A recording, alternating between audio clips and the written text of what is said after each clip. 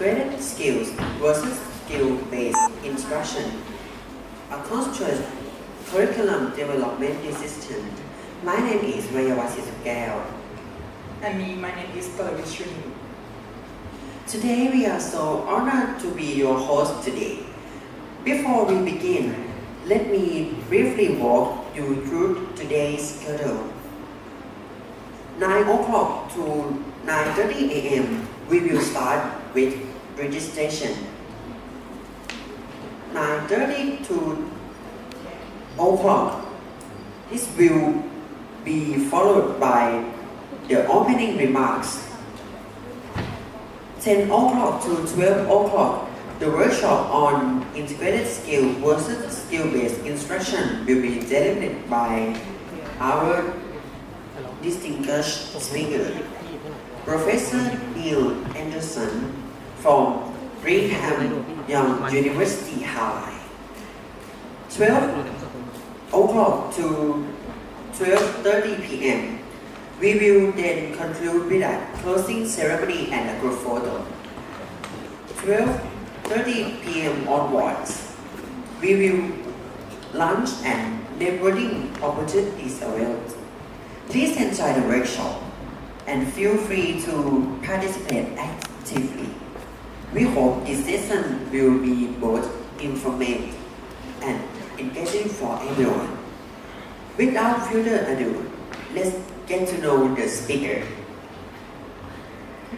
Professor Neil Anderson explores second language reading, learner strategy, self-examination, and motivation in language learning. He offers over 50 publications, including Exploring Second Language Reading 1999, Practical English Language Teaching Reading 2008, and Co-Created Leadership in English Language Teaching and Learning 2008. He also wrote Active Skill for Reading 2013. It is a great honor to welcome. Please join in welcoming the speaker.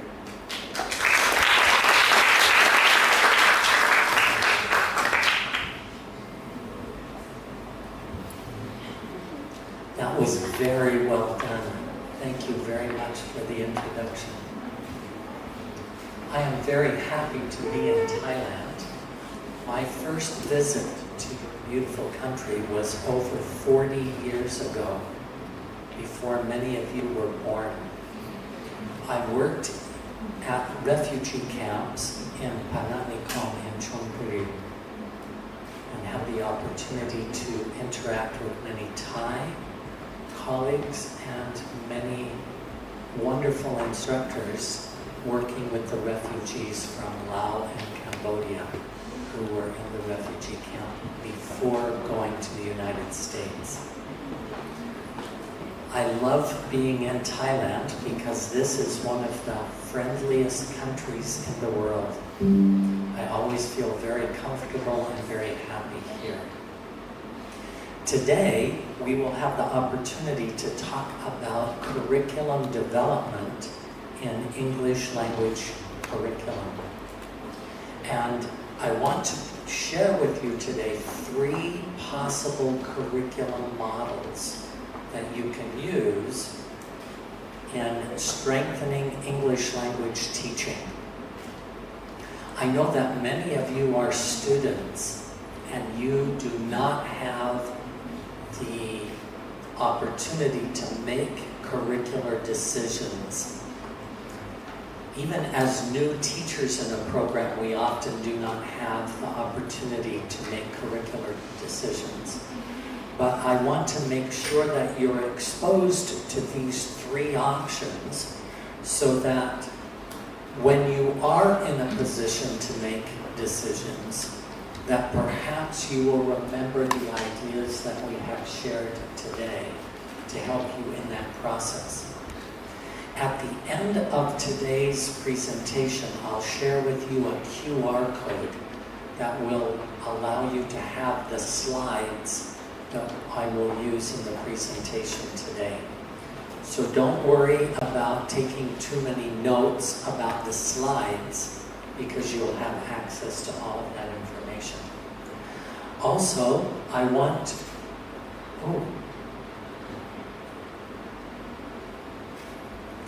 okay, now we're back. I want you to know that during the presentation today, I will take some photos.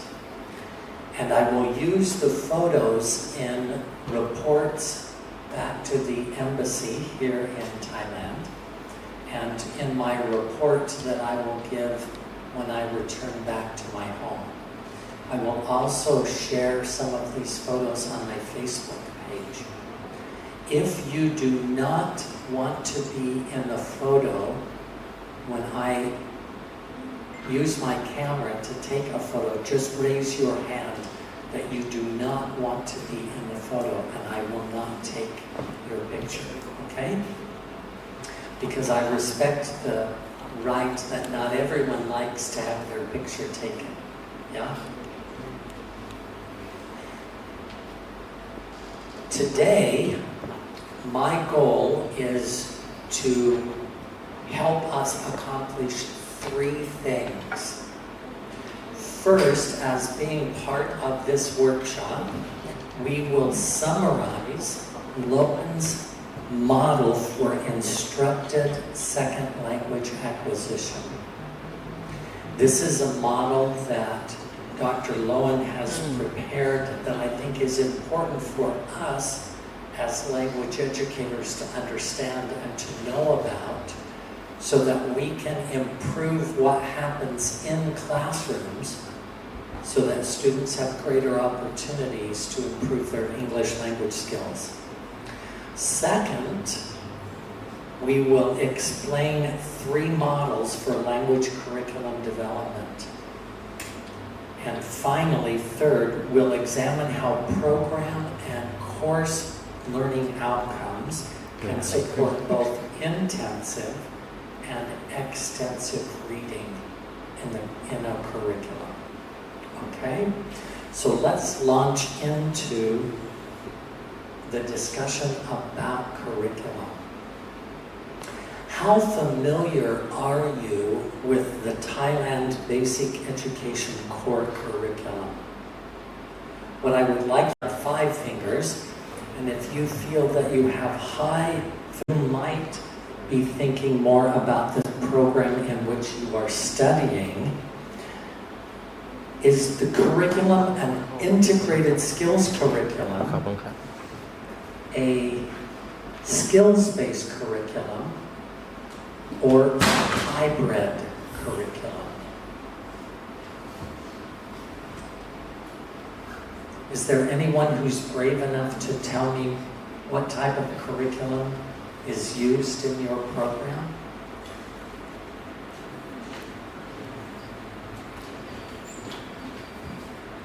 Good morning, everyone. Before I answer the question, my name is Chito. I'm from the SSRU, Rajabhat University. In our school, I am teaching mostly in the university, but I also teach elementary students reading and writing. In our curriculum, we're using the hybrid approach. Okay, it is combination of the integrated, because integrated is you are actually developing all the 4 skills simultaneously, whereas in the skills base, you're focusing on 1 skill. So for me, as a teacher and part of the curriculum, we're actually using the hybrid approach, which I feel is more better because it is what the student needs and based on their learning style. Thank you. Very good. So we've got at least 1 hybrid. Anyone else, can you tell me, is the program where you study or work skills-based, integrated skills, or hybrid? Maybe at this point you need more information about what is integrated skills, what's hybrid, what's skills-based. Yes? I do agree that we need more information, but if you ask me, I think it's a kind of mixed. For like the curriculum that they are learning at the moment and I teach, many subjects or many courses, we highlight on particular skill. For example, academic writing, listening and speaking. But in a way, when we teach, we try to integrate. And there are some courses that it said in the course itself, we need integrated, but we do a kind of mix, like English for language proficiency test. It is impossible to teach each skill, right? So for me, the curriculum that I teach at the moment is a kind of hybrid approach. Okay, very good. It will be easy for you to learn more about these three curricular options as we move forward this morning. Let's first talk about let's first talk about the Thailand Basic English or Education Core Curriculum. This curriculum was updated in 2008. I'm not familiar that there's been a version since 2008. So that's probably the most current version. There are 8 areas that the Thailand Basic Education Core Curriculum emphasize. So notice that Thai language is one of the areas which is emphasized as part of the core curriculum. I think that this is very important because in every country of the world, it's important that the citizens of that country have high literacy skills in the language of the country. And so the fact that the Thailand Basic Education Core Curriculum emphasizes Thai language is important because we want all of you to be highly literate and highly competent in Thai. I also like here the emphasis that is given in pride in the national language. We should all be proud of our national language and our national identity. And I think that this is very important that in the basic core curriculum, this is one of the 8 areas that is highlighted. We also have mathematics as an important area. Of course, we want to make sure that everyone in an educational system is able to use mathematics skills. So this should not surprise anyone that this is an area of academic literacy that is important for everyone to develop. We also want to make sure that we are developing knowledge in science. There are things that we learn about science that can help us in all of the other areas of our development as human beings. So having exposure and information about science is very important. Social studies, religion, and culture. I think that it is important in educational contexts to learn about social studies, religion, and culture so that there truly can be a peaceful coexistence of people of different religious beliefs and different cultures.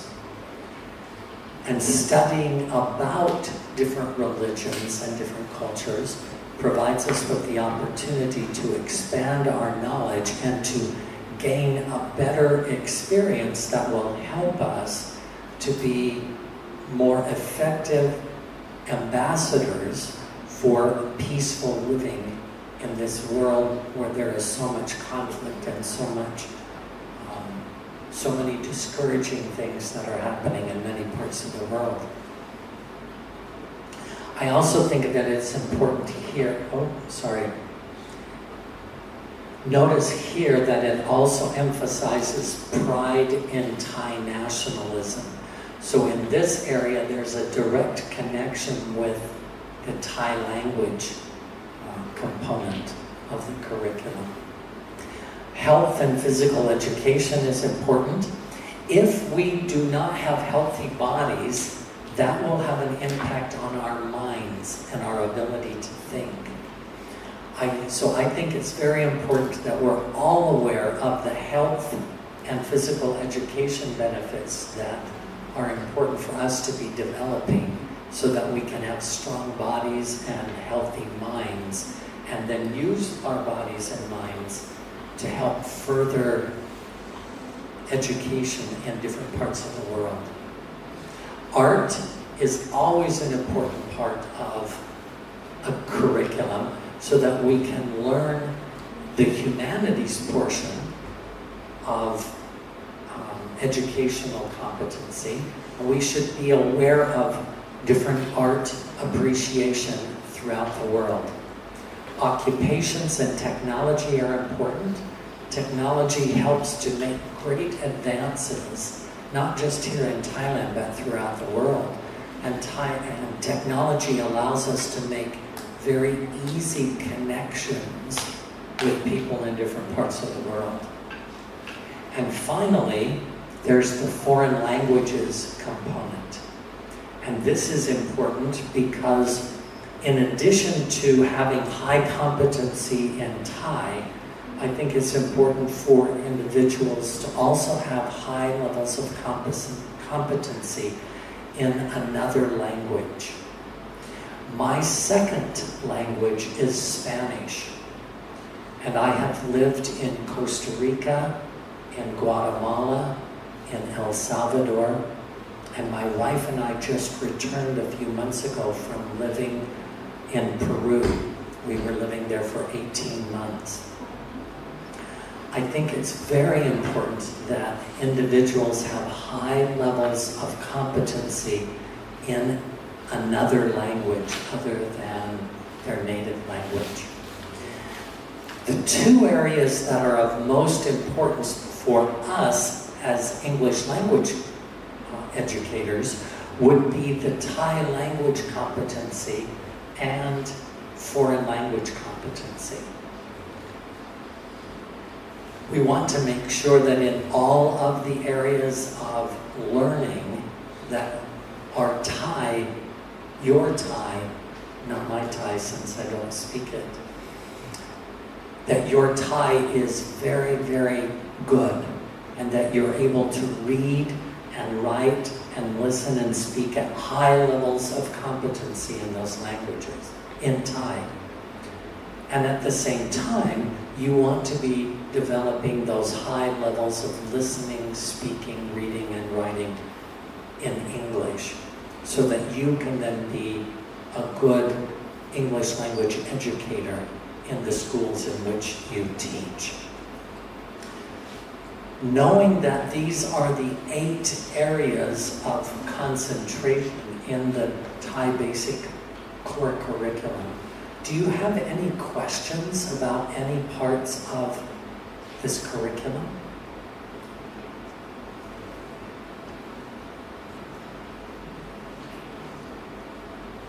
Maybe you have a question, but you're too shy to ask a question, right?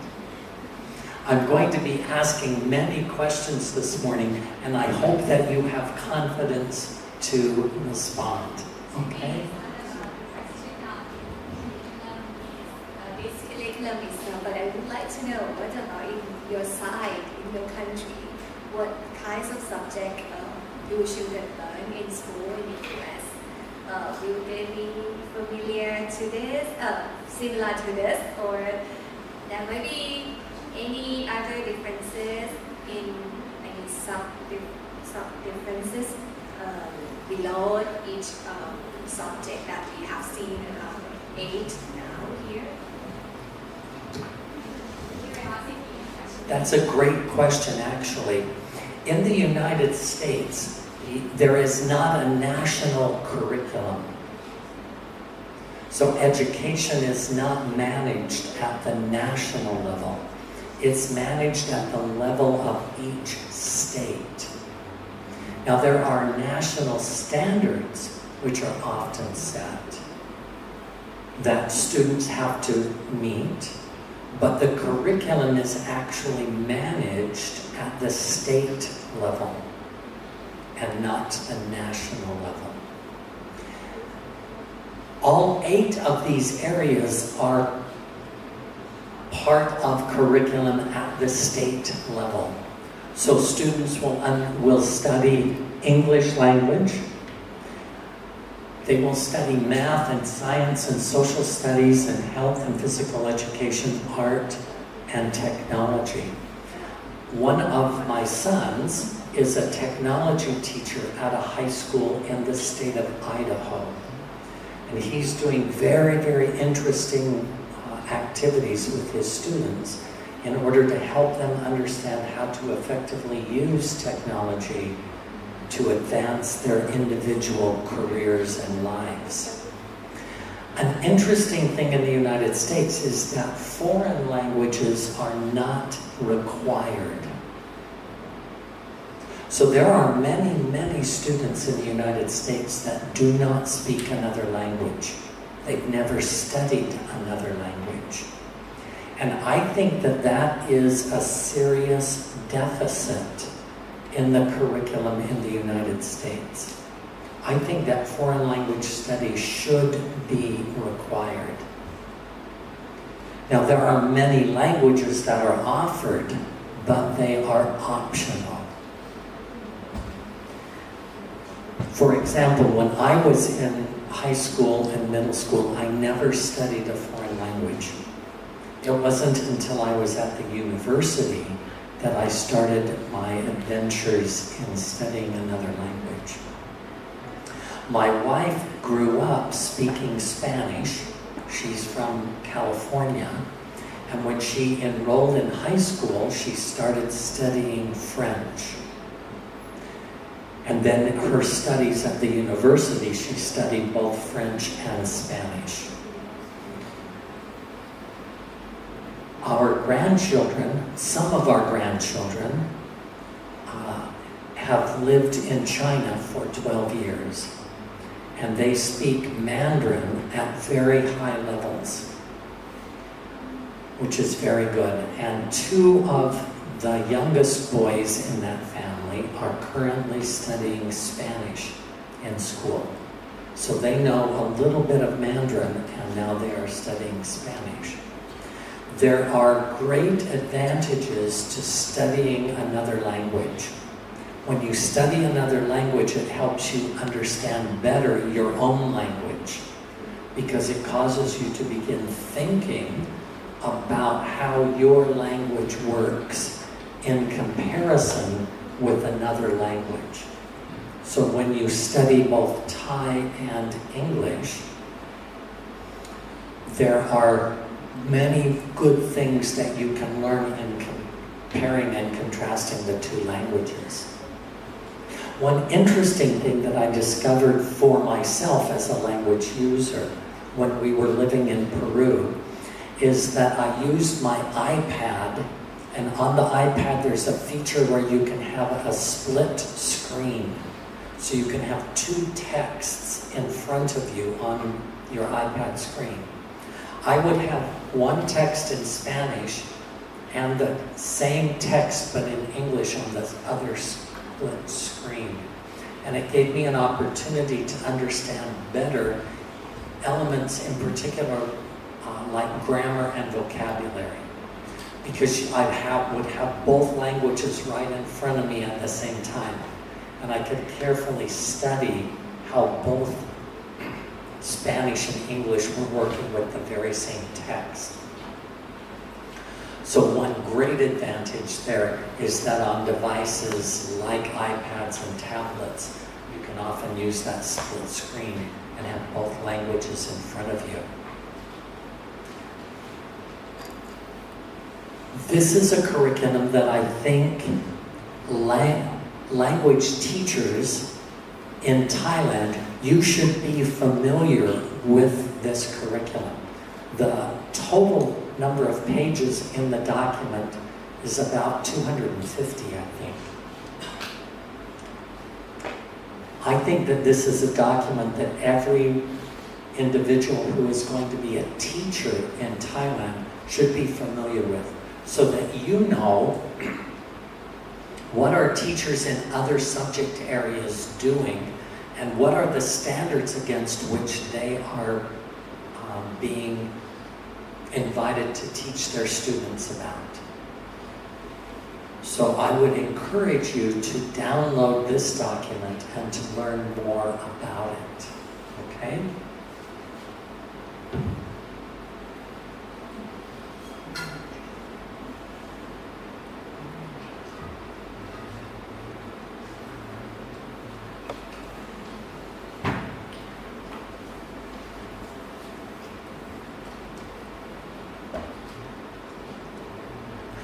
In terms of foreign language competency, here are the 4 primary areas in foreign language education that are part of the Thai basic core curriculum. In Thailand, individuals who study a foreign language are encouraged to learn the language for communication, so that you would be able to communicate with other people.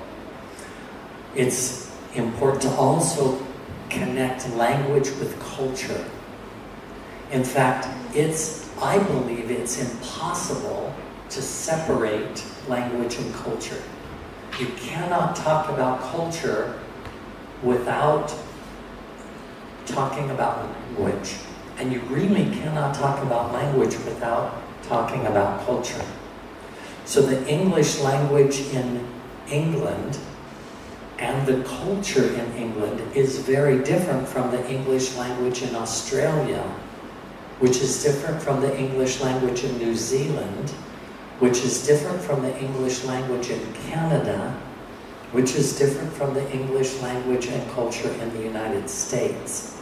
So you cannot just talk about English and culture. You have to know where is the English being spoken. Even in the United States, there's not a monolithic culture.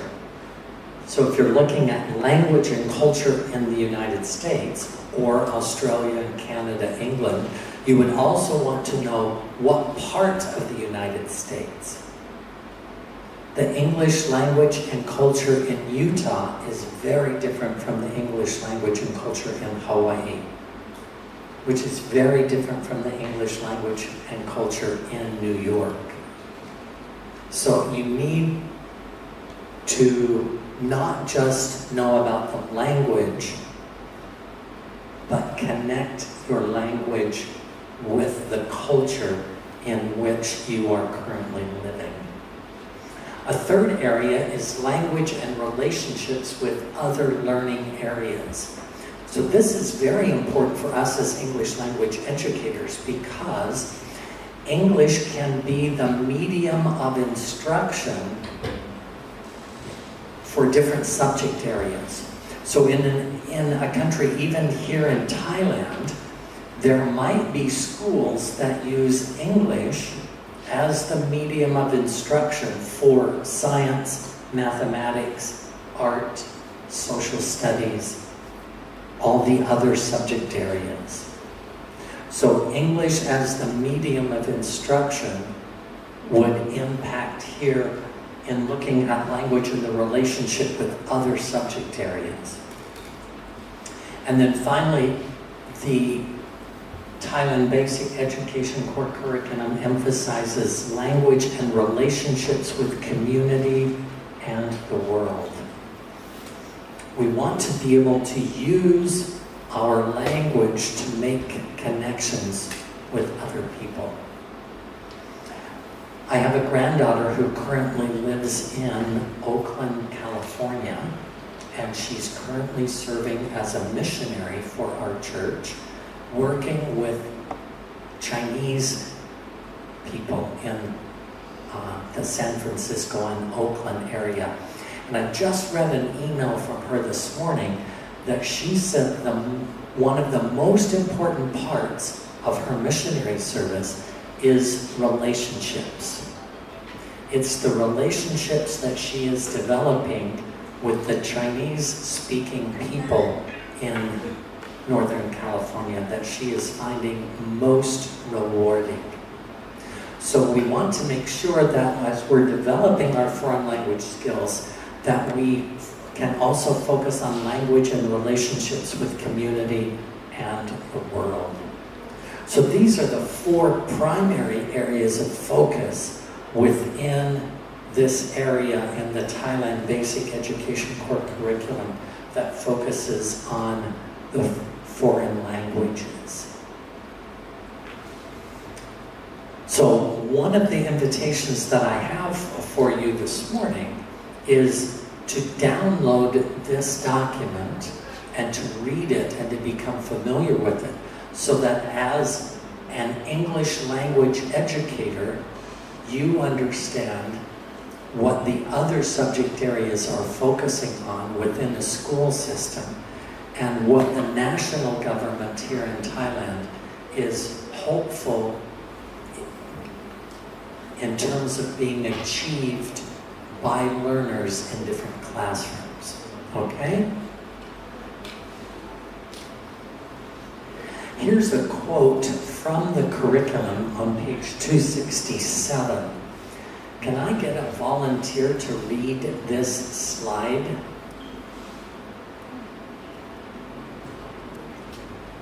Thank you for volunteering. If you didn't volunteer, I would have volunteered you. So can you just read that? Thank you. Use the foreign languages in listening, speaking, reading, and writing, exchanging data and information, expressing feelings and options, interpreting, presenting data, concepts, and view on various matters, and creating interpersonal relationships. Thank you very much for reading that so well. So you see, right in this document, there's an emphasis on all 4 of the primary language skills of listening, speaking, reading, and writing. And that's important in terms of our topic today, because what we're looking at today is how do you go about teaching those 4 language skills? Do you do it in an integrated skills curriculum? Do you do it in a skills-based curriculum, or do you use a hybrid model? Now, one of the sides of the foreign language curriculum here in Thailand, as I looked at it in detail, it emphasizes more the skills of listening and speaking and some writing, but I actually could not find any examples about reading. And reading is my area of specialty, reading in English. So I was a little bit disappointed that there's not a greater emphasis on reading. And I'll explain that in more detail as we move forward. So right in the document for the Thailand curriculum is the emphasis on the 4 primary language skills. And that will help us as we move forward in discussing the 3 curricular options that are available for us. Before we move forward, do you have any questions about the Thailand Basic Core Curriculum that you would like to ask now?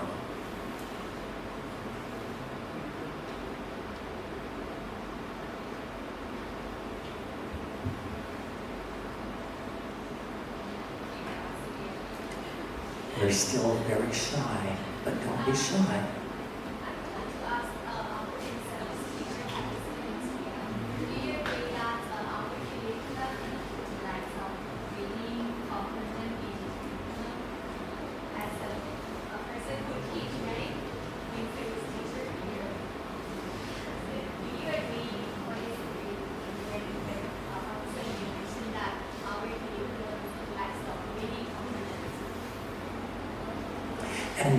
So the question is, from the in-service teachers, do you agree or disagree with me? And when I say, what I looked at was maybe not your curriculum at your school, but the document, the basic Thailand core curriculum document. I could not find many examples of reading. And I remember that the two of you said that you have high level of knowledge and familiarity with the document. Do you agree with me that the Thailand basic core curriculum is lacking in teaching students reading, or am I wrong? Okay. And personally, as a teacher, that I'm not really agrees or of the things that you say. That's because like some of the parts of the exam we have seen like the readings part, and I have an opportunity to teach like readings parts as well. And as a teacher, I try to motivate students to learn like how to achieve the reading skills. Thank you.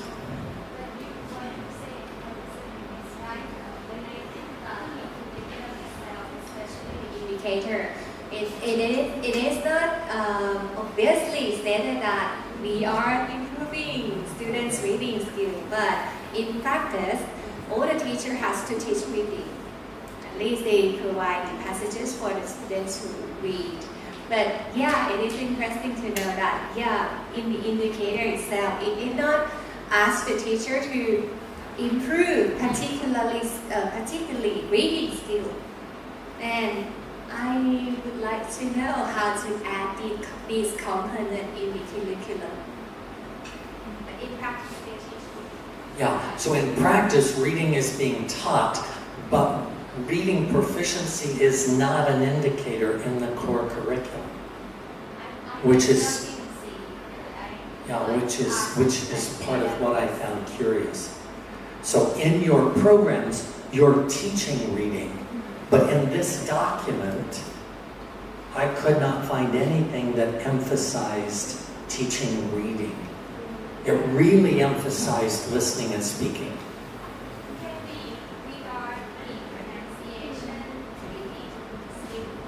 Because I can see the components of like the student should be able to compare or recognize the differences of the pronouncing alphabets in the extract of the language and culture. Would we count pronunciation as reading? Yes and no. Yeah, it's a really gray line. I think that in a reading curriculum, it is vital that students know how to pronounce the words as they're reading. Because even if you're reading silently, you need to know how to pronounce the word in order to then make the connection between that word and the meaning of that word. Hi, I'm Morning from West Massachusetts, and just now we have some small talk about what you mentioned that we lack of, the curriculum doesn't show the part that emphasizes the reading, but just now there was some talk with them, and we see that part of the curriculum have some indicators that require teachers to emphasize on reading. Maybe you would like to expand about that? Some parts of the when I teach like the English fundamentals, it is like we have some indicators related to readings that we have to connect, that students can one of the parts is pronounced and conclude the context from reading and writings. I think this is a part one. Maybe you could send me a message and show me what pages of the document address that so that I can better understand it. I believe that you can do it now. You because right now we do some searching, talking about the indicator that she just mentioned. Okay. Good.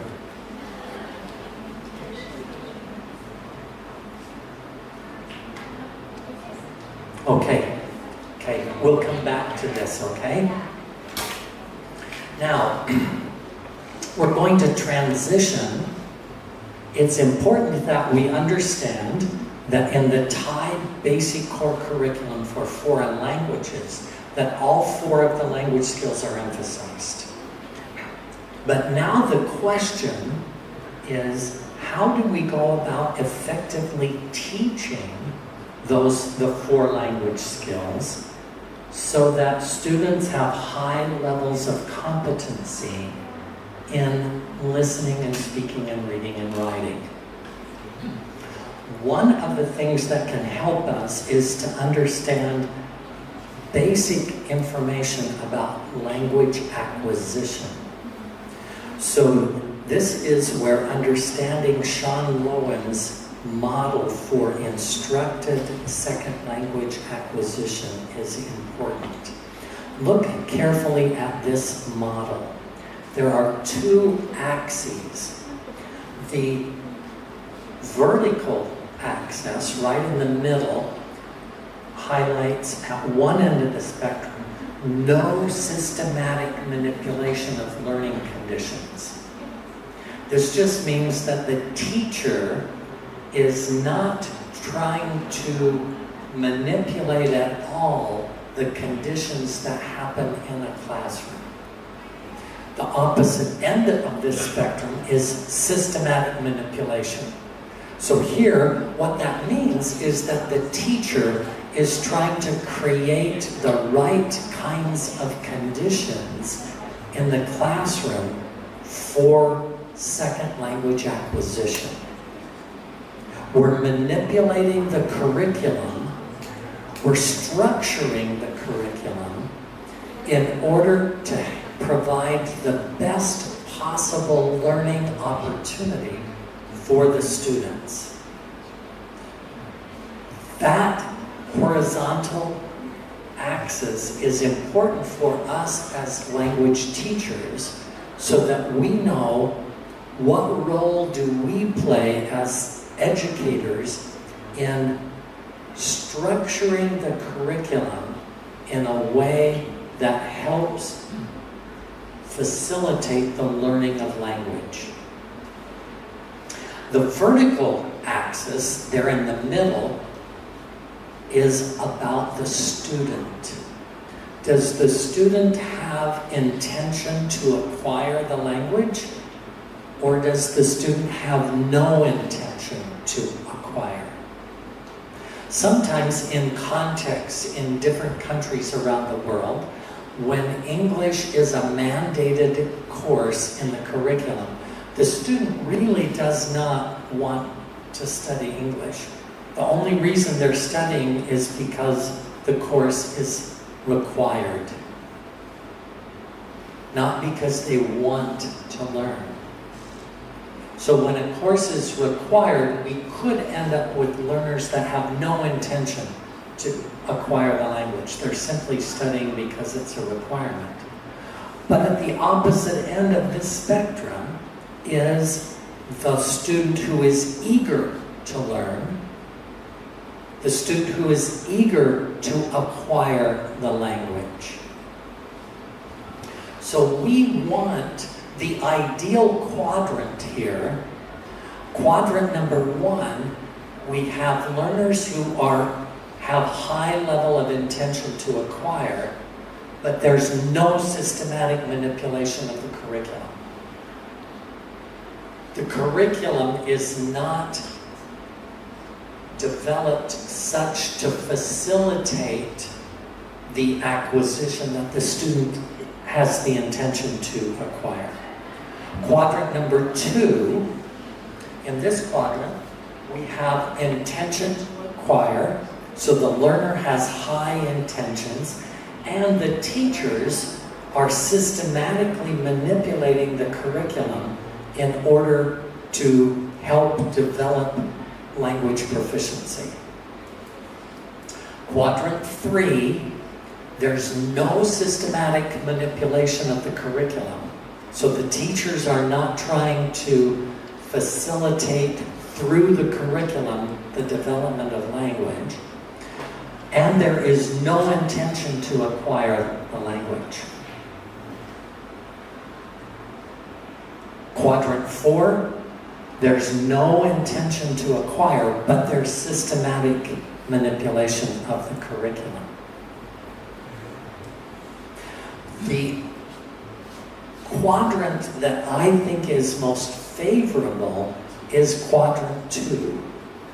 Because in quadrant 2, teachers are manipulating the curriculum in order to facilitate the high intentions of students to acquire the language.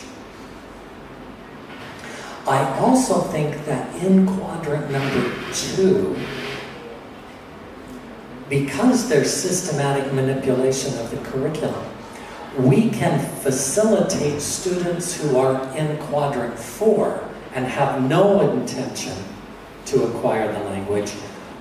If we correctly manipulate the curriculum, we can ignite the spark of motivation for those that have no intention, and maybe by the time the course is over, they have an intention to acquire the language. So there are many good things that can happen by the teacher by manipulating the curriculum that could cause the spark of motivation to move a student from quadrant 4 to quadrant 2. Okay? Now, an important question for us to ask about this quadrant is how might Lowen's model for instructed second language acquisition influence a reading curriculum? Since we know that we want to be in quadrant 2, we should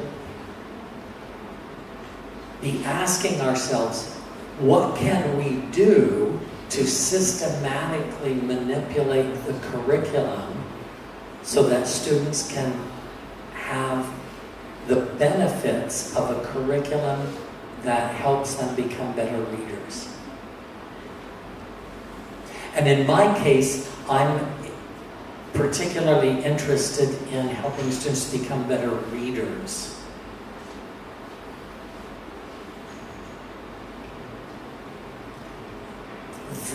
That also assumes that they're going to be good listeners, good writers, good speakers. And part of this will emerge as we move forward here. So I think that there are direct implications on which curricular model we are going to have, whether it's an integrated skills curriculum that we are manipulating in order to help the students acquire the language, or a skills-based curriculum, or a hybrid model. So the 3 curricular models that I've identified for our discussion today have direct implications with Lowen's model, because we will systematically manipulate the curriculum in order to accomplish our purposes. You've got a comment.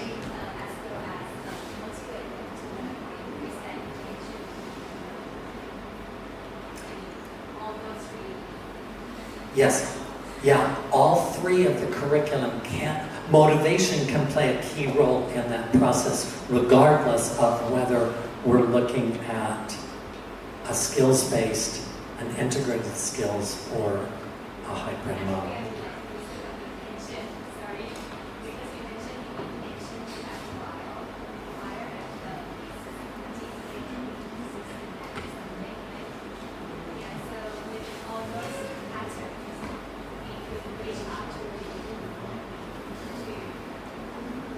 Yes, yes, yes.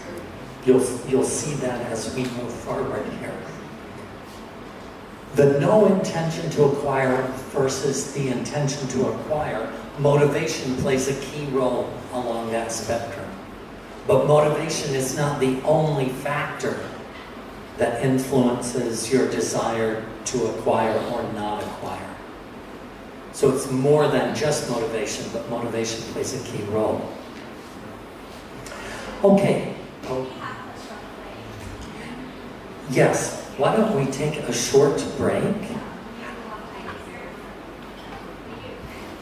Well, I hope there's Thai dessert for everyone. How long do you want the break?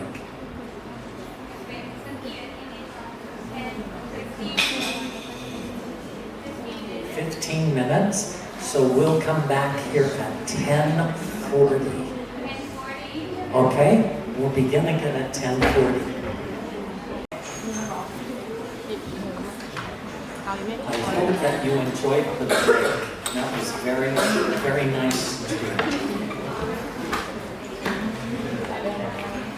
So Lowen's model for instructed second language acquisition is important for us to understand so that we know how we can facilitate learning in quadrant 2.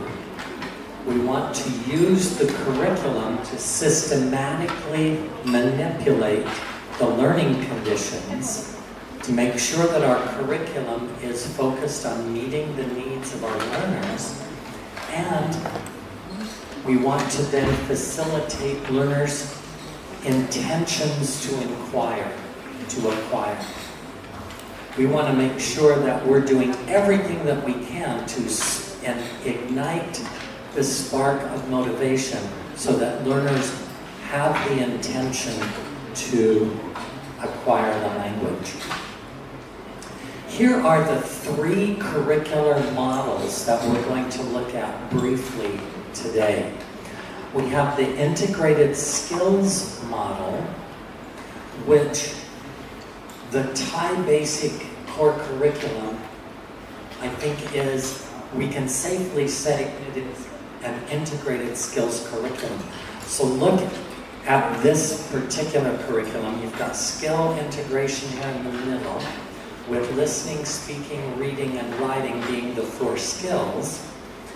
I think it's also important for us to keep in mind in terms of curricular development that we want to make sure that there is a component for vocabulary knowledge in these 4 skills, grammar knowledge in these 4 skills, and pragmatic knowledge in these 4 skills.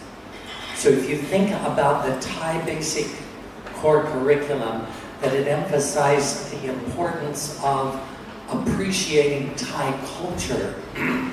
Pragmatic knowledge is your knowledge of how to use the language in different situations, and culture certainly will influence that. And then notice that on the exterior here, we've got technology as a tool to help facilitate the development and delivery of our curriculum.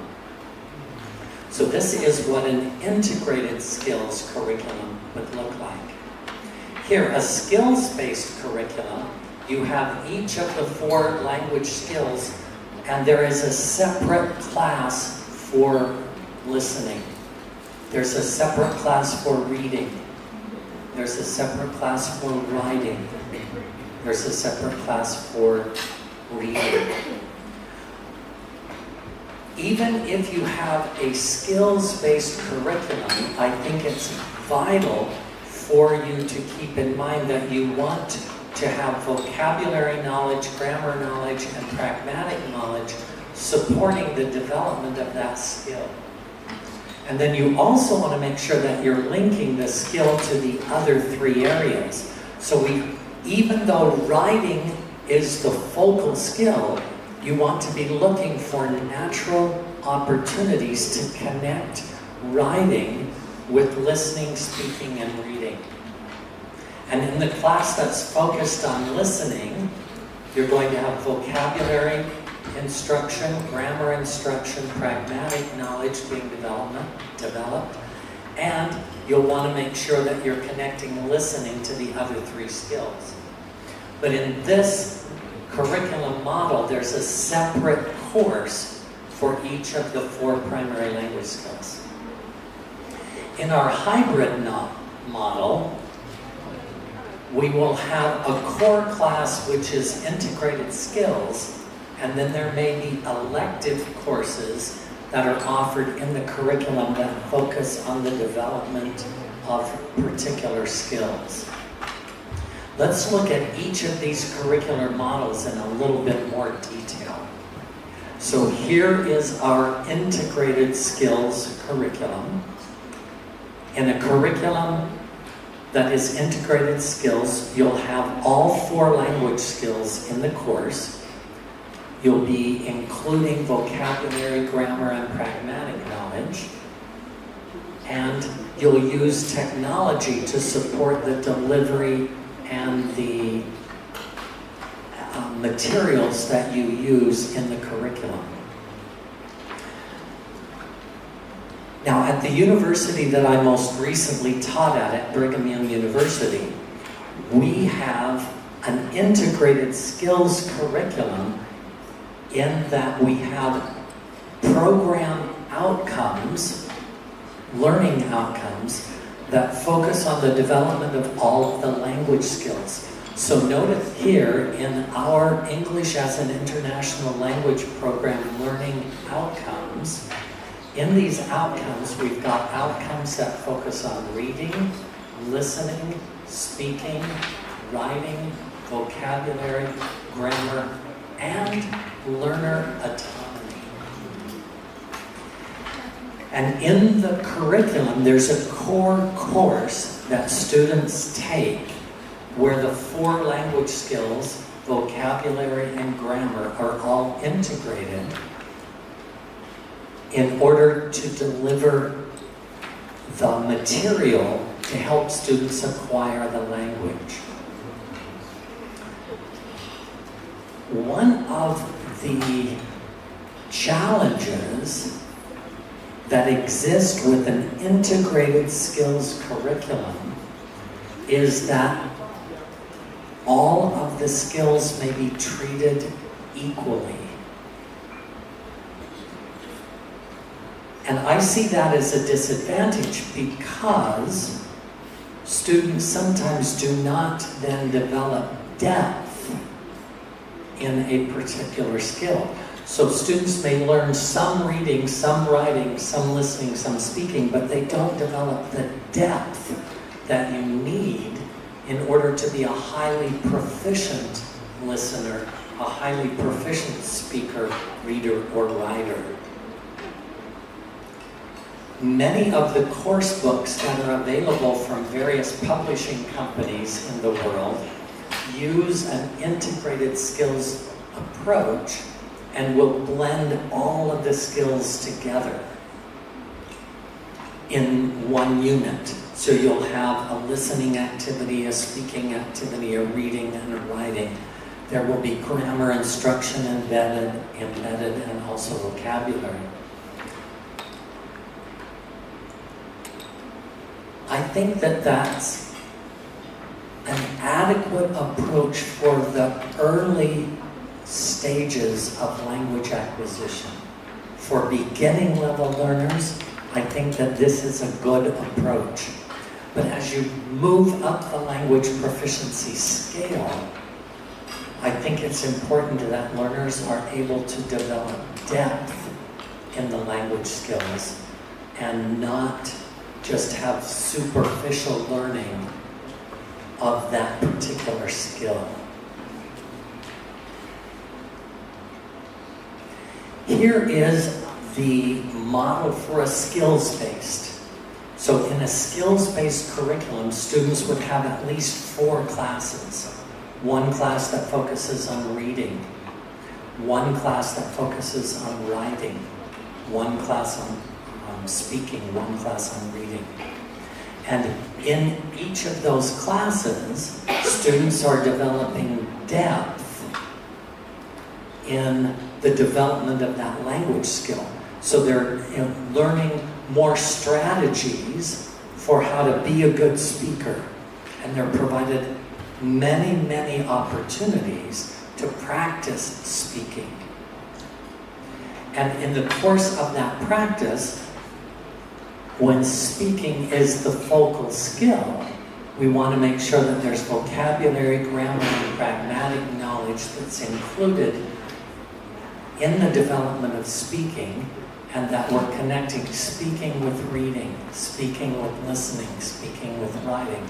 But speaking is the focal skill that the teacher is trying to develop.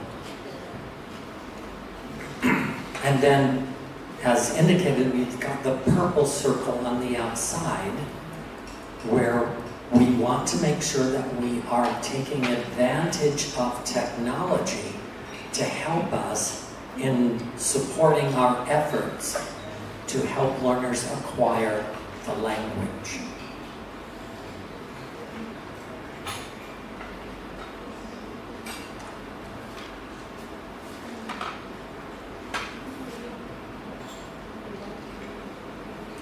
So do you have questions at this point about an integrated skills versus a skills curriculum?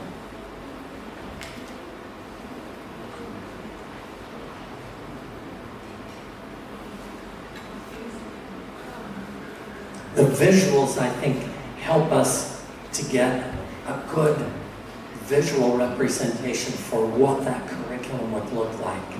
So here, with an integrated skills curriculum, what advantages do you see of having an integrated skills curriculum?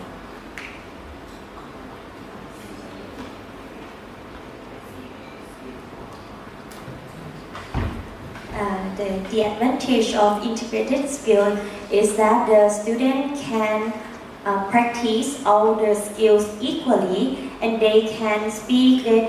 The teacher makes sure that they can speak, they can write, they can read, and they can listening. Yes, but it might not be in depth.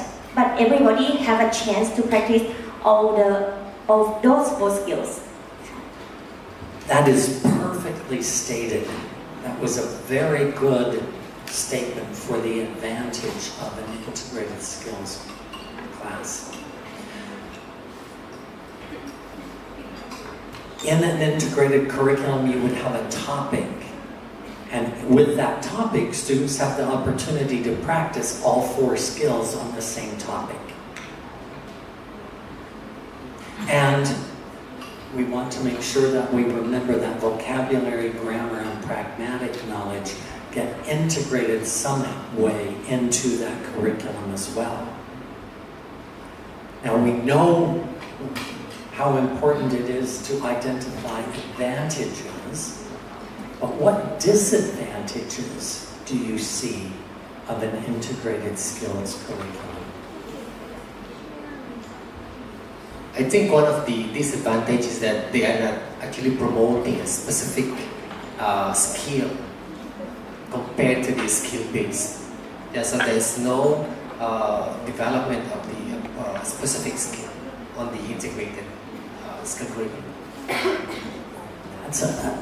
That also is a very good summary statement of a disadvantage of an integrated skills curriculum. I have often felt that in an integrated skills curriculum, there is superficial treatment of listening, speaking, reading, and writing. When you look at course books that are integrated skills, and you look from one lesson to the next lesson to the next lesson, the same amount of page space is given to speaking in each lesson. The same amount of page space is given for writing. Each unit follows the same format. And you get a little bit of reading, a little bit of writing, a little bit of everything. But no depth and no focus on a particular skill. Okay? then with our skills-based, each course is focused on a skill, but you can't teach reading without talking, right? There has to be some talking. And in many reading classes, there will be natural opportunities to write. In many reading classes, there will be many natural opportunities to listen. And of course, we want to make sure that in each of those skills-based courses, that there are explicit opportunities for the development of vocabulary, grammar, and pragmatic knowledge in the language. And to do that, we can use technology to help support the teaching and the learning of the language. So with a skills-based curriculum, what advantages do you see?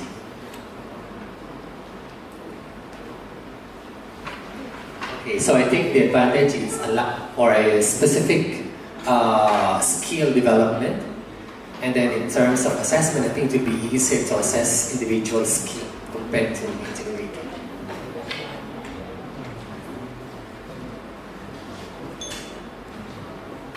I'm so glad that you mentioned the topic of assessment, because when you've got a skills-based curriculum, you can focus the assessment on the focal skill. We're not worried about assessing writing or listening or speaking if our core skill is reading. Because with reading being the core skill, we would be more interested in identifying someone's reading comprehension as opposed to how well they can write. Okay? Any other ideas about advantages for a skills-based curriculum?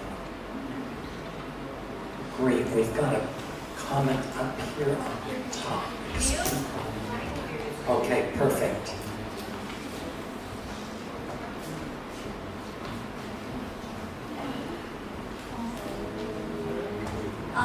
When I was in high school, I think that the skills-based curriculum is it has to focus more on each topic. It's specifically on thinking, reading, writing, some kind of like that. And I can see my improvement after I finish the lesson because they just focus on that skill, specifically. And I think that we can use the time, the whole time with that topic, so it helps a lot for me. That is good to have the perspective of someone who has experienced it and not someone that's just thinking about the curriculum, but someone who has actually lived it. And one point that you make that I think is important for us to keep in mind is that the entire class, all of the time, is devoted on developing the depth in the focal skill. So if it's a reading class, everything you're doing in that class would be focused on accomplishing a learning outcome that is focused on the development of reading. Excellent. Thank you for sharing that. So what are possible disadvantages of a skills-based curriculum?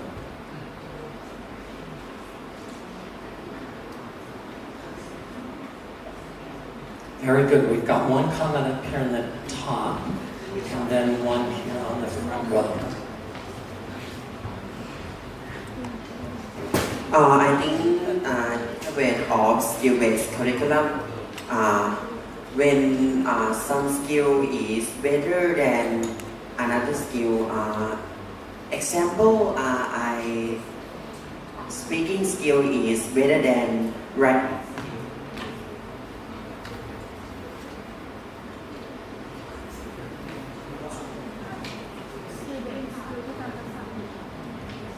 I'm not sure why the microphone is shorting out there, but I think if I understand your comment correctly, some students are better at writing than reading.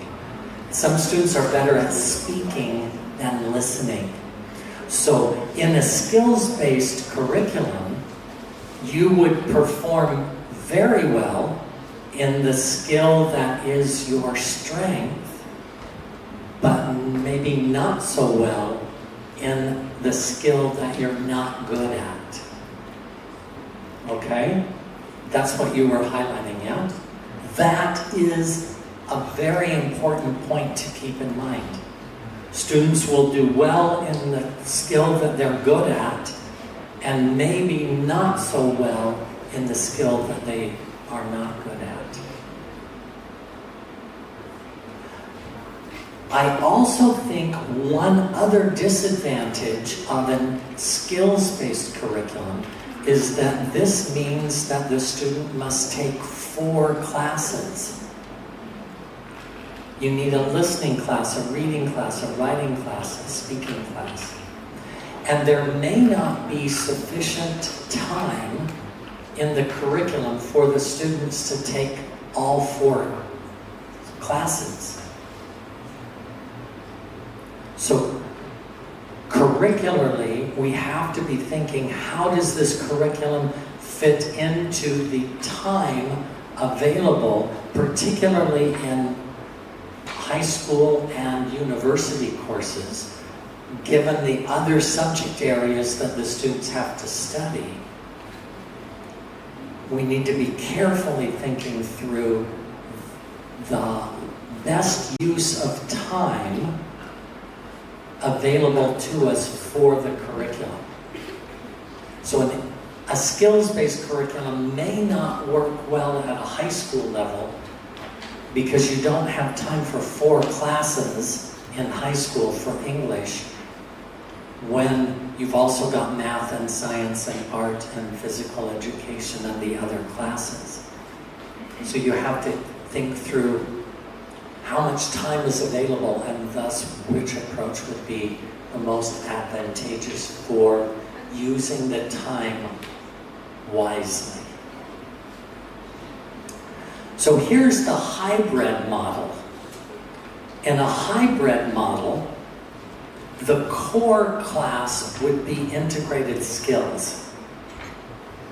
And then the learners could take elective courses, supplementary courses, in the separate skills. So if I were the curriculum coordinator at a school, this model could be advantageous in that where everyone is studying integrated skills, but then through assessments, we could discover which language skill is your weakest. And then you could take a supplementary class in the skill that is your weakest. Not your strongest skill, but your weakest skill, so that you can then develop that weak skill to become stronger.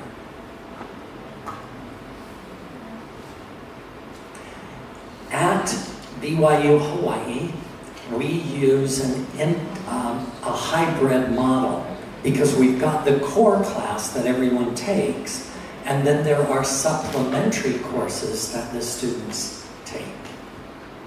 And these are the learning outcomes for a course called Strategic Reading. So the students have the core integrated skills class that they take, and then those students who are weak in reading can take the EIL 391 class, which is Strategic Reading. And in this course, there are 3 learning outcomes. Let's look at these outcomes. And part of the reason for looking at these outcomes is so that you can see the depth that can be developed when there is a course that focuses specifically on a skill. Is there someone who would be willing to read Student Learning Outcome 1?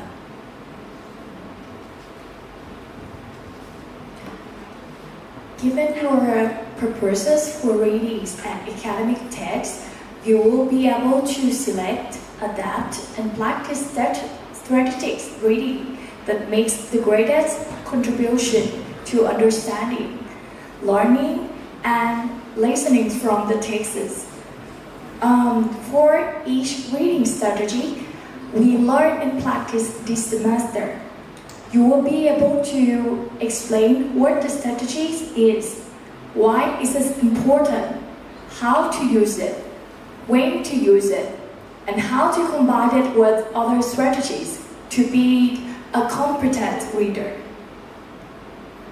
Evidence reading logs, metacognitive essay for the final exam. Thank you. Thank you for reading that. So one of the first and primary learning outcome for this class in reading is to help students become familiar with a wide variety of reading strategies. And with each strategy that is taught during the course, the students will learn what the strategy is, why it's important, how to use it, when to use it, and most importantly, how to combine that strategy back with other strategies. Because we never use one reading strategy at a time. We're always combining strategies. Not just in reading, but also in writing and speaking and listening. So, strategic reading requires that the students develop depth in a wide variety of possible reading strategies.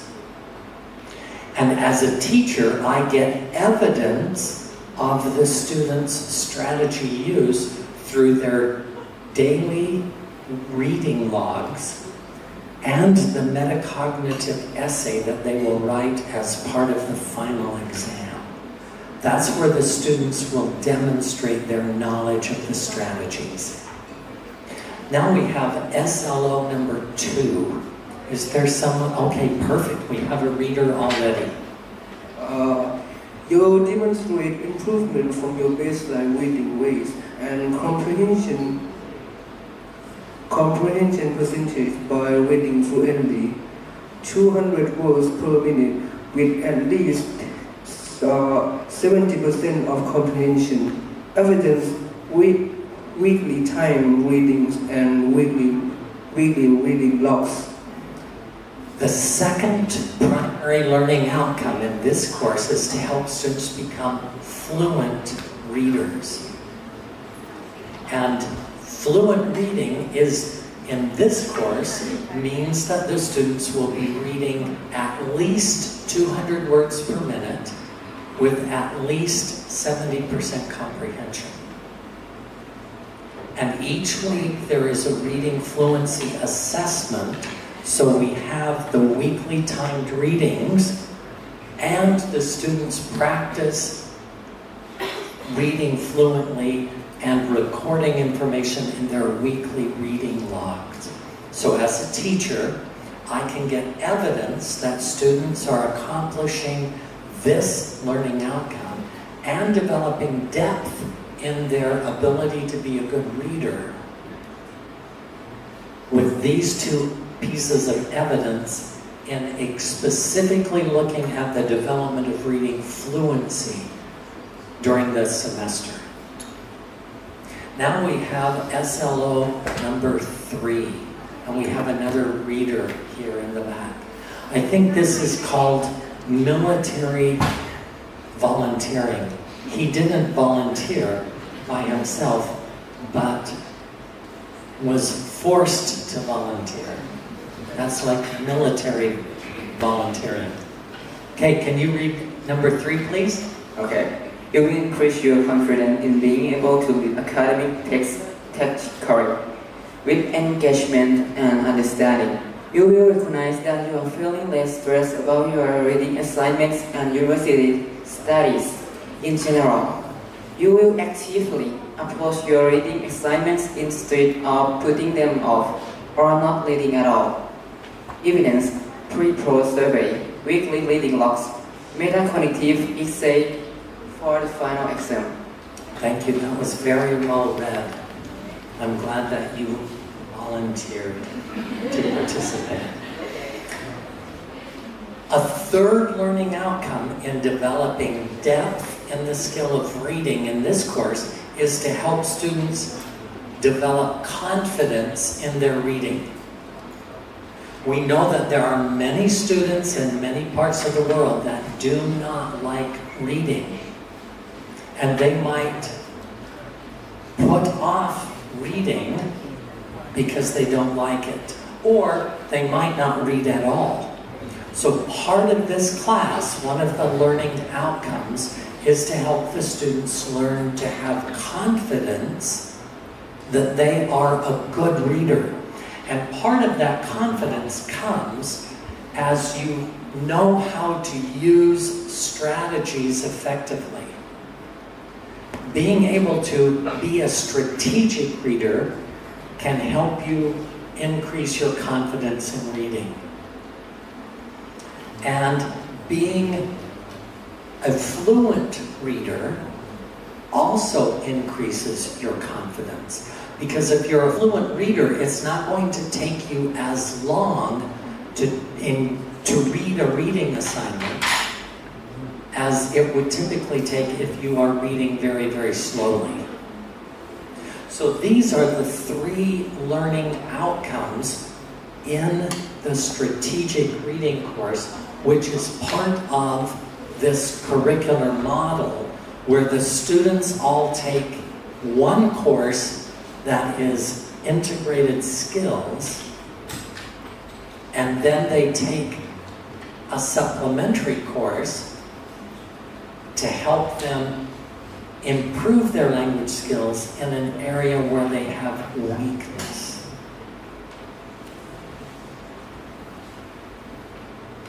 What advantages do you see in a hybrid model of curriculum development?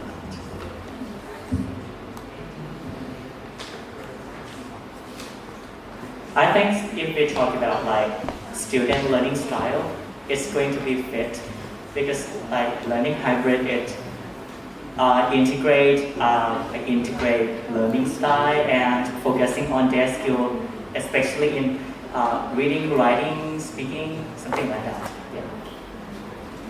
Okay, excellent answer. Other advantages that you see of integrated skills, and excuse me, of a hybrid model.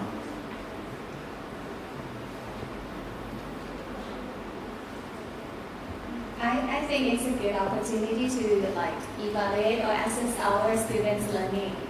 That as you mentioned, we like do the pull-out class or extra class for particular skill that our students do not achieve. So this is an advantage because we can support what student needs to do the hybrid thing. Yeah. And yes. In a way, in general, the student, most of them learn the core thing, but they will access to the thing that they are not successful yet. Very good, very good. So that, I think, is the greatest advantage of a hybrid, because everyone will be able to develop skills in the integrated skill course. They'll be able to engage in listening, speaking, reading, writing, grammar, vocabulary, and pragmatics, and technology supporting that process. But then they'll have the chance to develop depth in a skill where they have a weakness. Do you see any disadvantages of a hybrid model? Here's one comment here. I feel like it's not good for people who are equally weak at everything. So, for example, the weakest would probably be writing, but you can't really, you might be the worst at writing, but like, you need reading reading for writing, you know what I mean? If you start working on writing instead of reading, it wouldn't really work, you know what I mean? I know exactly what you mean. That is very, very good. And so if you're weak in all 4 skills, the hybrid model may not be the best model for you. Now, you've just given me an idea that I've never thought of before. And I'm not sure how this would work, but if we could find out through assessments where learners are at in their learning of a language, we could put them on a track that would best meet their needs. So some students may learn, given their assessment, their test scores, an integrated skills curriculum might be the best approach. So if students are high in listening, speaking, reading, and writing,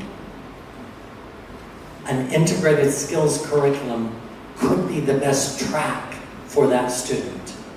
If a student is weak in all 4 skills, a skills-based curriculum would perhaps be best. If the student has mixed scores, some strong, some weak, the hybrid model would be good. Now, logistically, I think it would be really difficult for a school to have all 3 tracks and have enough teachers to teach all 3 tracks. But maybe not. I'll bet that could work. I think it depends on the platform that we use to teach the students. If we decide to do all three things, it's really hard to do in-person classroom. Yes. Yeah. Yeah. What I think at the moment is that once I have a big group like this to teach core skills, we integrated one, and I found a couple students they need more development in writing, for example. I myself could not do the same thing at the same time, and the curriculum itself will not decide 2 separate courses. Yeah. So if it's about the limitation of resources. Exactly. Yeah. Yeah. But if we do the integrated, we do in person, for example, but for the hybrid thing, we do the smaller class on Zoom, for example. It might be possible. It might be. Yeah. I'm really glad you made your comment this morning, because you've caused me to think of something I've never thought through before. That was very good. I really like her comments as well, because it's really hard to make a decision who is good at this, who is not good at that, and especially for the skill that we need to look at the performance specifically, writing or reading. So you tell me how to evaluate, right? So it's a big spectrum.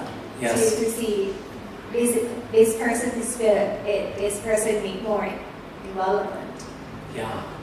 And if a student is poor in all 4 of the skills, yeah, nightmare for both the student and the teachers. Yeah. That was an excellent question. I'm so glad you asked or made that comment. Now, let me share with you, if I were teaching either a hybrid or a skills-based curriculum, I want to talk for just a few minutes about what that might look like in reading. Okay? We want to keep in mind that with language acquisition, when reading is the source of input, comprehension of what has been read is the goal. We want to make sure that students adequately comprehend. Now, when I say adequately comprehend, it's important for you to know that I do not believe that readers need to understand 100% of what they read. Rarely do we need 100% to understand 100%.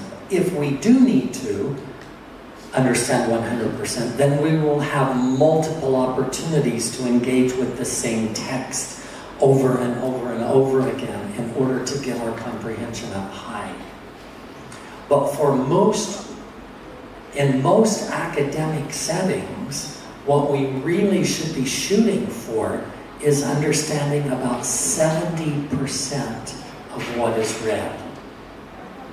There is a really good study that was done by Norbert Schmidt, Bill Grabe, and one of Dr. Grabe's graduate students, a Chinese woman whose name I can't remember right now. They did a very, very good study that showed that students who know 100% of all the words, every word in a reading passage, they know the word, they know the meaning of the word.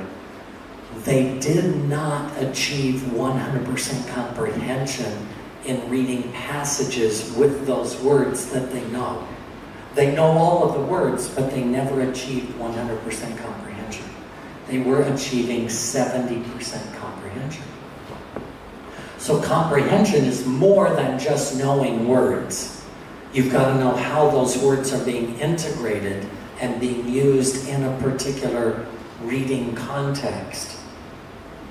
But knowing all of the words can facilitate getting to 70% comprehension. So when comprehension is our goal, we're not asking the students to understand everything that they read.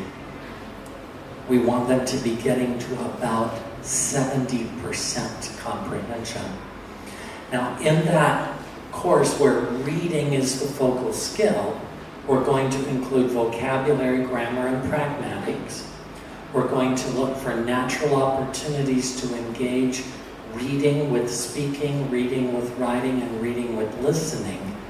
But in those contexts, the focal skill is not the development of listening, speaking, and writing, but using those skills to supplement the development of depth in reading. And we can use technology to help us in that process. ChatGPT, I think, is one of the greatest resources currently available to language teachers to help develop appropriate reading passages at the right level of difficulty for developing greater depth in development of reading. And that is a topic for another talk on another day. But I think it would be important for all of you to be thinking through, how can I use AI in the development, in systematically manipulating the curriculum in order to ignite motivation to acquire the language. Now, in a course where reading is the focal skill, we want to make sure that we're integrating both intensive reading. Intensive reading is what happens in class, and extensive reading is what happens outside of class. I also believe that it is vital that there is a curricular connection between extensive and intensive reading instruction. If you've done much investigation on the topic of extensive reading, you know that the philosophy behind extensive reading, there are two key elements of the philosophy of extensive reading. One element is that the texts are selected by the student, not the teacher. And a second part of the philosophy of extensive reading is that there is no assessment of what is read. I think that in many contexts that is valuable, but I also think that in order to systematically manipulate the curriculum, we want a connection between extensive and intensive. So for example, if we're teaching a particular strategy during intensive reading, I want to make sure that I have systematically manipulated the curriculum so that when the students do extensive reading outside of class, that they have natural opportunities to practice the strategy that we are learning in class. And in order for that to happen, I, as the teacher, need to select the text, and I have to require the students to read the text. And then I need to be doing some assessment that the students are indeed applying the strategy learned in class during their practice outside of class. So in order for that systematic manipulation of the curriculum to happen, you have to violate some of the principles and basic philosophy of extensive reading in the pure sense of extensive reading. But I think that the advantages of systematically manipulating the curriculum far outweigh the disadvantages of not having the curricular tie between intensive and extensive reading. Now, during extensive reading, we want to make sure that students have opportunities to be exposed to both narrative and expository texts. Narrative texts are stories. Expository texts are academic reading.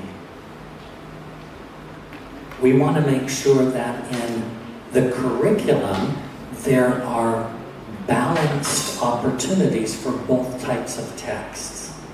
With beginning level language learners, I believe that the balance between narrative and expository should be about 70% narrative and 30% expository for beginning level language learners.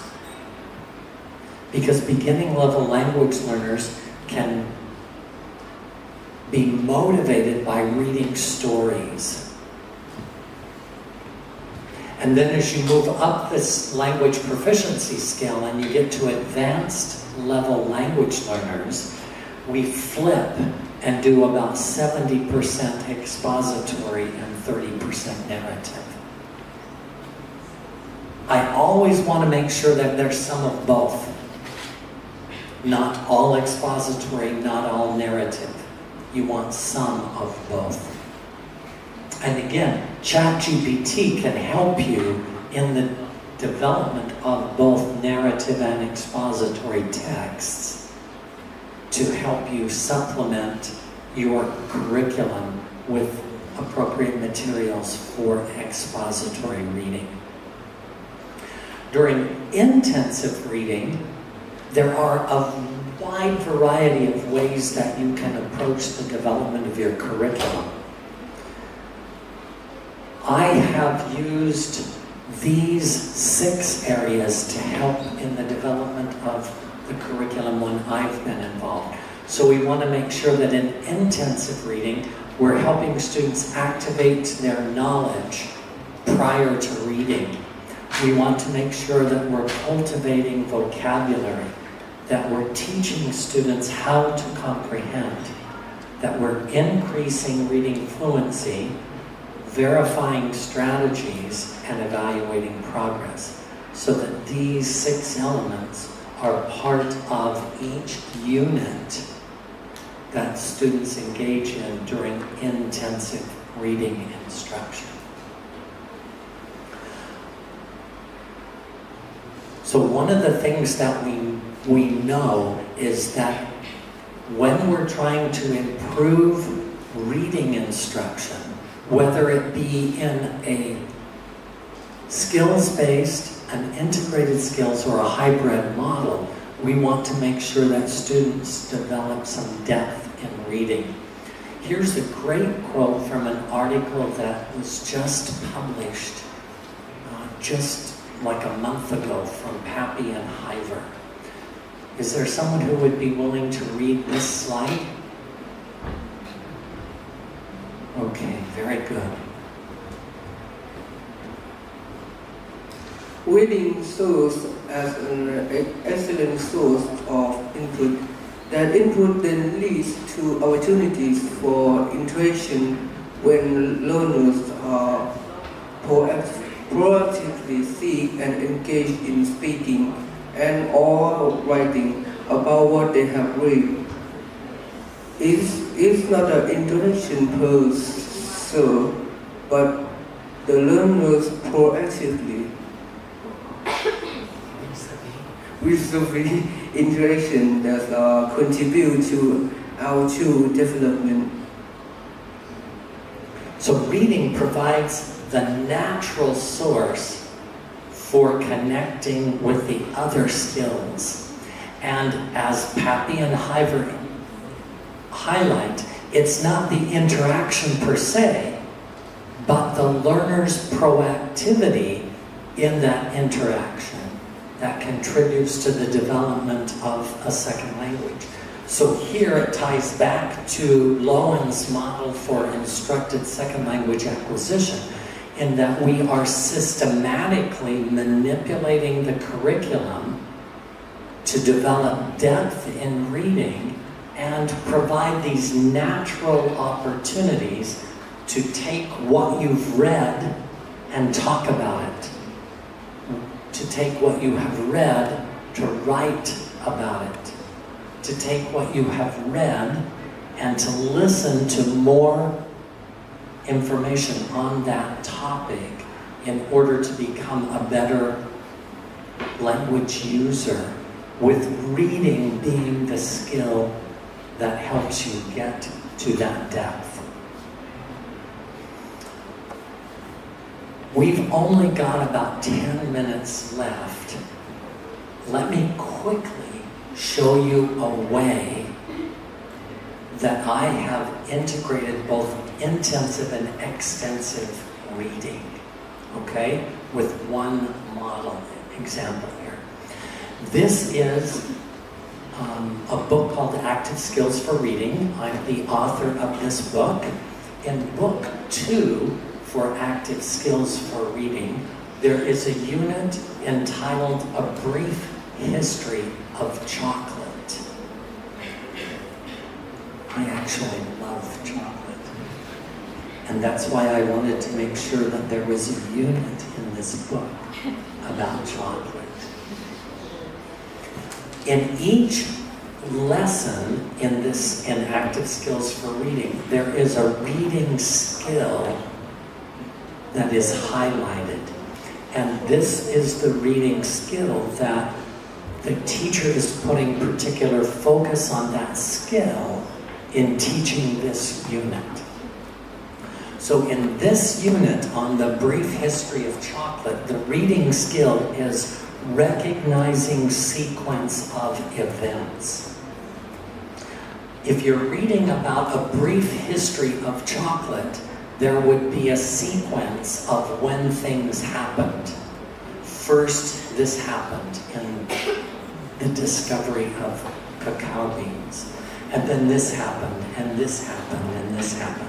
So learners are able to learn that when they're reading, sometimes there is a sequence of events that happen. And being able to read and understand that sequence helps them to become a better reader. So in this lesson on a brief history of chocolate, the students have the opportunity to practice the skill in this reading and learn how to identify the different elements in the process. So I have the students engage in that practice, but then I use the skill, not the topic, to do further practice. Because the skill is where we're developing depth and the ability to read. It's not the topic that we want to develop knowledge of. The topic is not as important as the skill. So to help in the development of the skill, here are some extensive reading books which have a natural sequence of events. One of them is a book called Sacagawea. She is a Native American. She's now deceased, but she helped guide Lewis and Clark, who were early explorers in the western part of the United States. So both of these books, Sacagawea and Lewis and Clark, have natural elements of the text that show the sequence of events. So to practice the skill of identifying the sequence of events, we start with a brief history of chocolate during intensive reading instruction, and then during extensive reading outside of class, the students are reading the story of Sacagawea and Lewis and Clark with the instructional purpose of identifying the sequence of events in both of these stories. Okay? And there are combinations of both narrative and expository in these little booklets, because we get the story of Sacagawea, we get the story of Lewis and Clark, but then there's also some expository information that lets us learn more about the exploration of the western part of the United States. So in this way, I'm using the reading skill to help make the connection between what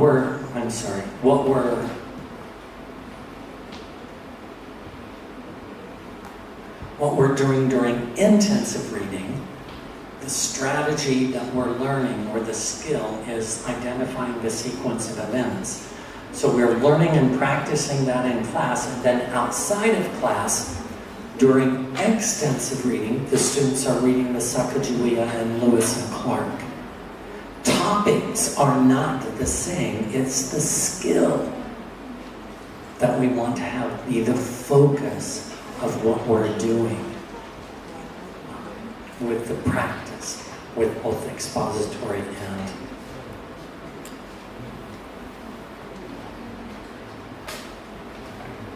now, we have been together this morning for a few hours. I have a question for you this morning. What are you going to do now?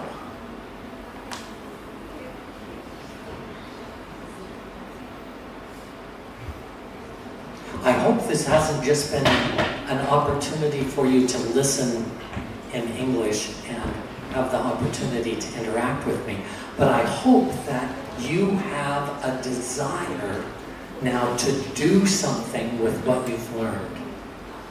Perhaps you want... Yes? Oh, very good. We've got a volunteer at the back that I think actually volunteered and wasn't volunteered the military way. Yes, what are you going to do?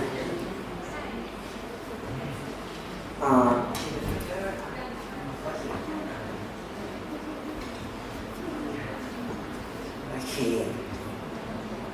Yeah. In the future, I have about two dreams. What I want to do in future. First dream is English teacher, and another dream is singer.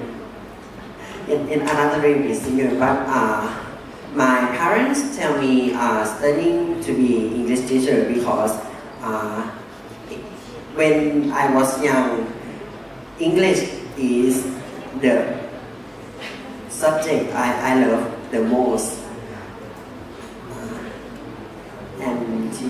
And teachers can make my family happier than is. Very good. Okay, so now we have a future teacher who will teach Monday through Friday, and then on Saturday and Sunday we'll find him at one of the hotels in Bangkok singing and entertaining foreign guests like myself, and using his English language skills in singing. So maybe both of those dreams can come true. Yeah?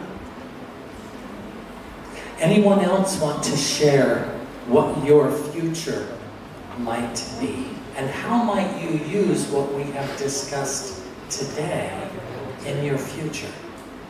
Actually, I do. When you show your reading book and the extensive reading strategy, I think about this course that I teach, the World Culture for Teachers of English. I think in the second part, I might bring in some books about different countries around the world. And in that book, they will talk about different aspects of culture, different aspects of culture in each country. I would like to do small reading group.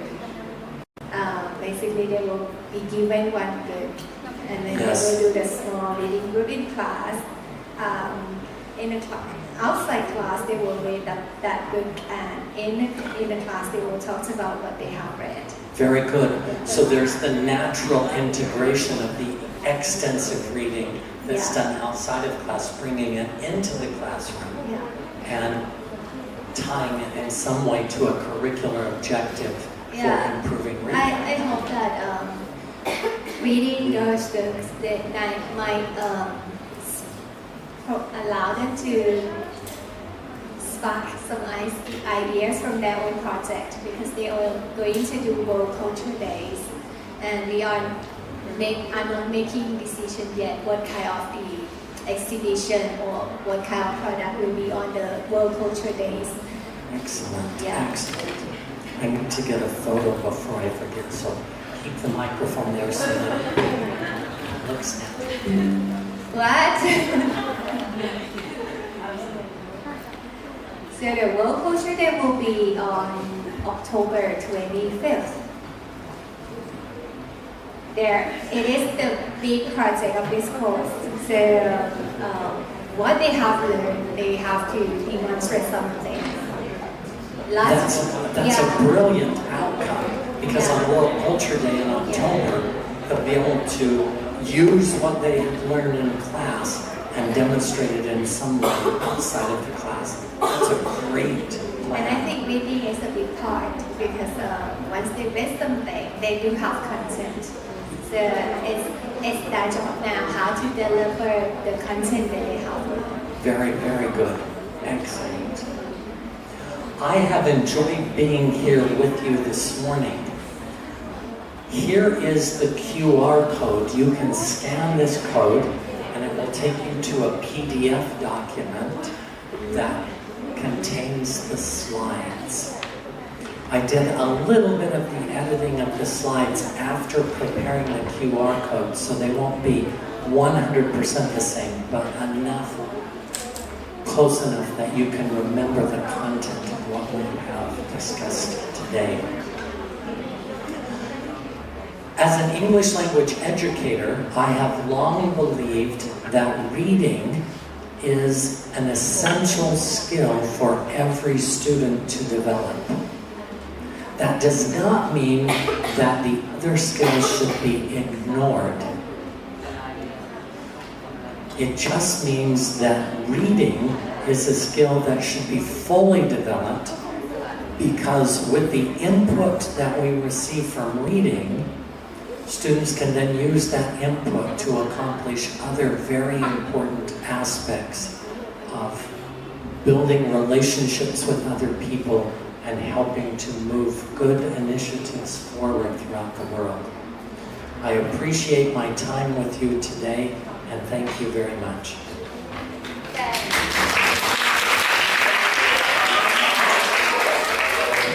Thank you so much, Professor Liu.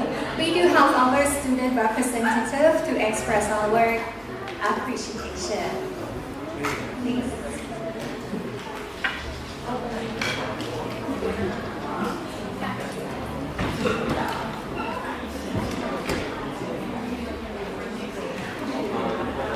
Dear Professor Dr. Neil Anderson, on behalf of the Faculty of Education, Suan Sunandha Rajabhat University, we would like to extend our sincere gratitude for your role as the keynote speaker on integrated skill versus skill-based instruction, a conscious curriculum development decision. Your lecture has significantly enhanced our understanding of key principles, theories, and core aspects of curriculum and instructional management. It has also provided valuable inspiration for our participants to integrate this knowledge into practical English language teaching. We greatly appreciate the time and expertise you generously shared with us. Thank you again for your support and dedication. Thank you.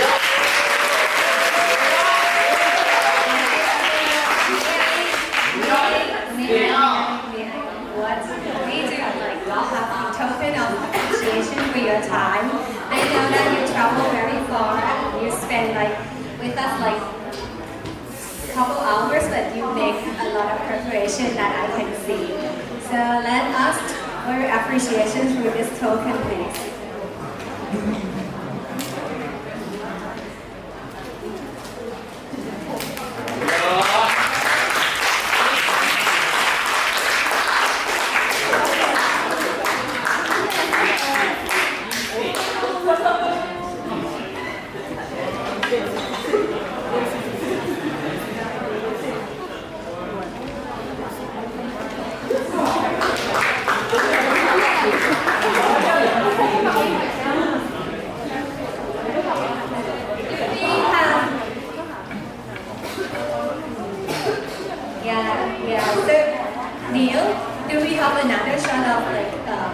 From the front to the back so that we can see everybody. Please, I'm sure to share with you the photos.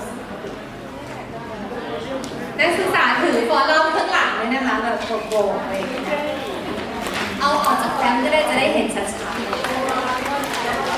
อาจารย์จะเซลฟี่ด้วย Maybe we could ask you someone else to do this.